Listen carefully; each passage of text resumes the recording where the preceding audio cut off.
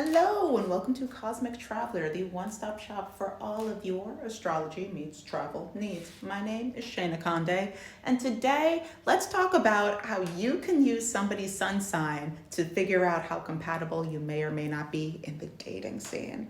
How do I know? Because I've been using it as an experiment for the last few months. Here are my findings. So first, a brief conversation about synastry. So synastry is just what happens when two planets in different people's charts interact with each other, or just generally how two people's charts interact with each other. Now, different planets have different personalities, have an accumulation of different characteristics. There's only so much that you can gather from knowing one person's sun sign, but if you know your chart well enough, there are some ways that you can start to piece together, ooh, maybe this personality type, or maybe this sun sign works really well with this and that. That's what I've been experimenting with. So today, I want to dive into specifically how somebody's sun and your moon have a conversation. Let's dive in. And more specifically, I will be using my own chart as an example. Oh, also, if you want me to have a glance at your natal chart, have a conversation, help you unlock some things, answer some questions, do a nice astro travel consultation, hit me up, links in the bio. Anyway, let's dive right on in. So this is me, this is Shayna. Welcome to my very top heavy chart. So here is what we're going to be discussing, my moon. My moon is in the 7th house, which supposedly is a great place for it to be in. Why? Because the 7th house is the house of relationships.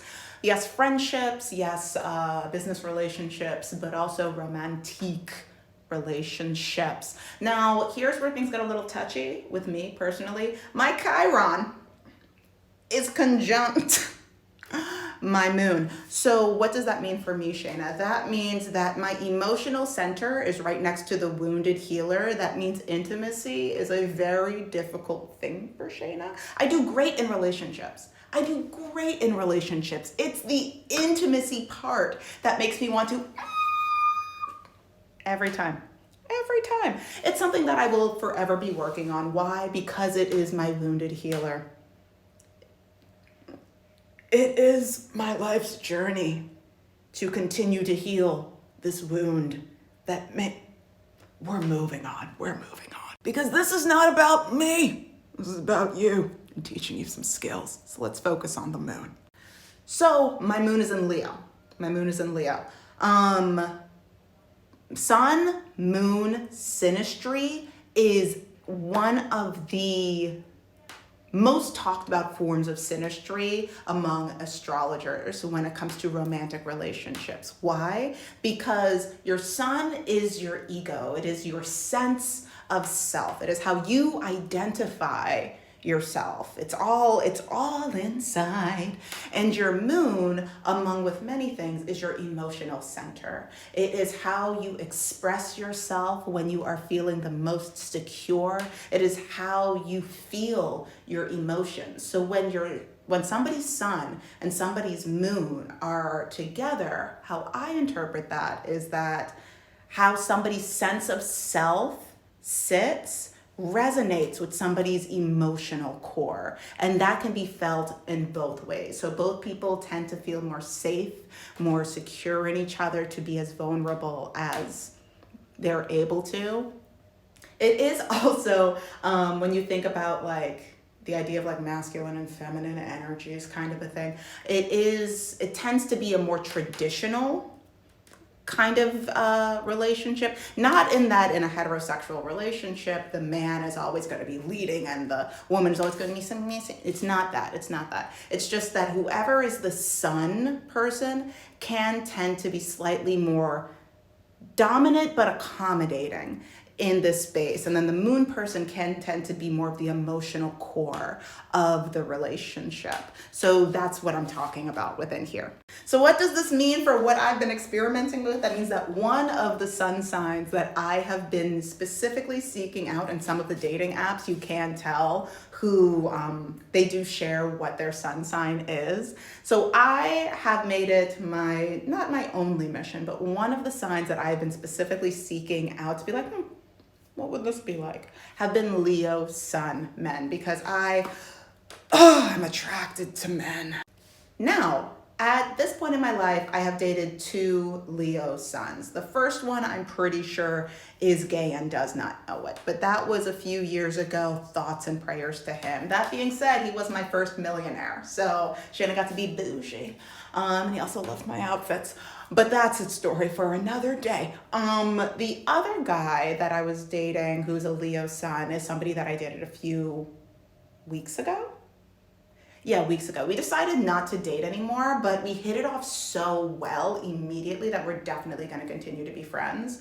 Something that I have noticed though, which I think is because of the Chiron influence in my chart specifically, is that when I am in relationship with, mind you, not necessarily romantic, but when I'm in relationship with these men, there is something that feels more raw inside of me than, hold up, my insane father is texting me. Just had to get rid of that, and we're back. He's a manic Pisces anyway. But there is something that does feel like an open wound when I commune with them. Because, and it could be because we're able to see each other so clearly without any filter, that, and like in general, Leos in general are very observant. Oh my God, what is wrong with this man? Sorry. But because Leos are very good communicators, and I, as a Libra sun, love to chitty chat. I have some air sign placements in case you couldn't tell, and my 5th house is also in Gemini. So there's a lot of like creative conversations that I think objectively are amazing. And I think Leos love that. And yeah, it can feel a little scary to me, because I feel them not necessarily knowing that they're getting ready to touch something soft, but they are. And I just kind of have to breathe through it and manage my own boundaries is something that I have learned over time in dealing with.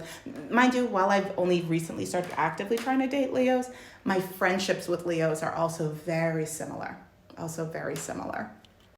And this also is not just in particular to Leo suns, but because my 7th house is in Leo, Leo qualities very much appeal to me. I feel like there's a gentleness, yet leadership, yet I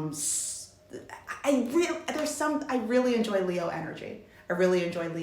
Especially Leos that don't, while I understand that a lot of Leos crave the spotlight, whether they say it or not, that I'm like, listen, I know it's like who you are, what you do, but it's not that part that draws me in. It's the, once you get them backstage and you get to have that one-on-one with them, that is, once you get them out of the spotlight and you get a chance to talk to them, that's where I find my most peace and joy and light that comes from Leos. Also, my best friend is a Leo rising, which is perfect because like I'm in her 7th house. So yeah. So what am I saying in all of this? To summarize, if you know what their sun sign is and you know what your moon sign is, and they happen to be in the same house, I'm not going to say that they're the love of your life, but I am going to say there will be a more immediate connection that could lead to something more. There's more likely to be that. Mind you, once again, there's other aspects of people's charts that should be taken into consideration. But if all you have is their sun sign, and if their sun matches your moon, I'm just saying, I've been living it. The astrology has been astrologying. So thank you so much. Like, share, subscribe. If you have any questions, comments, concerns, you know where to go. And definitely subscribe to my newsletter. It's a vibe. Okay, until next time. Bye.